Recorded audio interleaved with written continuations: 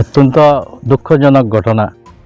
গতকালকে রাত্রে এই গ্রামেরই মানে শেরাতল জিপির সিংগুয়া গ্রামের আমার কুশেন্দ্র রায় মহাশয়ের একমাত্র পুত্র মুন্না রায় বাইক দুর্ঘটনা হয়ে মেডিকেল কলেজে গিয়েও মানে প্রাণ স্পট ডেড হয়েছে। আমরা আজকে ওনাকে আমরা সান্ত্বনা দেওয়ার কিছু নেই, কারণ ওনার 5 মেয়ে, একই ছেলে।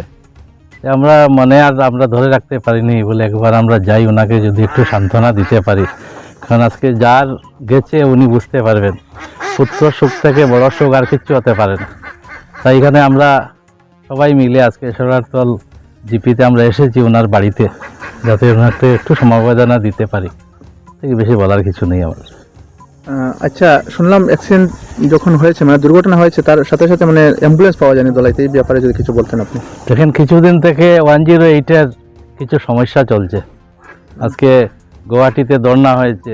আজকে আমাদের মাননীয় সিএম সাহেব যারা ধর্নাতে গিয়েছিল ওদের বেতন কর্তন করে দিয়েছেন, ওদের স্যালারি রেগুলার হচ্ছে না। এসব জিনিস দেখতে লাগে, যারা জনপ্রতিনিধিরা আছেন এইসব জিনিস ওনাদের দেখা উচিত। আমাদের পার্টির তরফ থেকে আমরা সিএম সাহেব আমরা ধর্নাতে যখন বসেছিলাম আমরা সবাই ওদেরকে সহানুভূতি জানিয়েছি।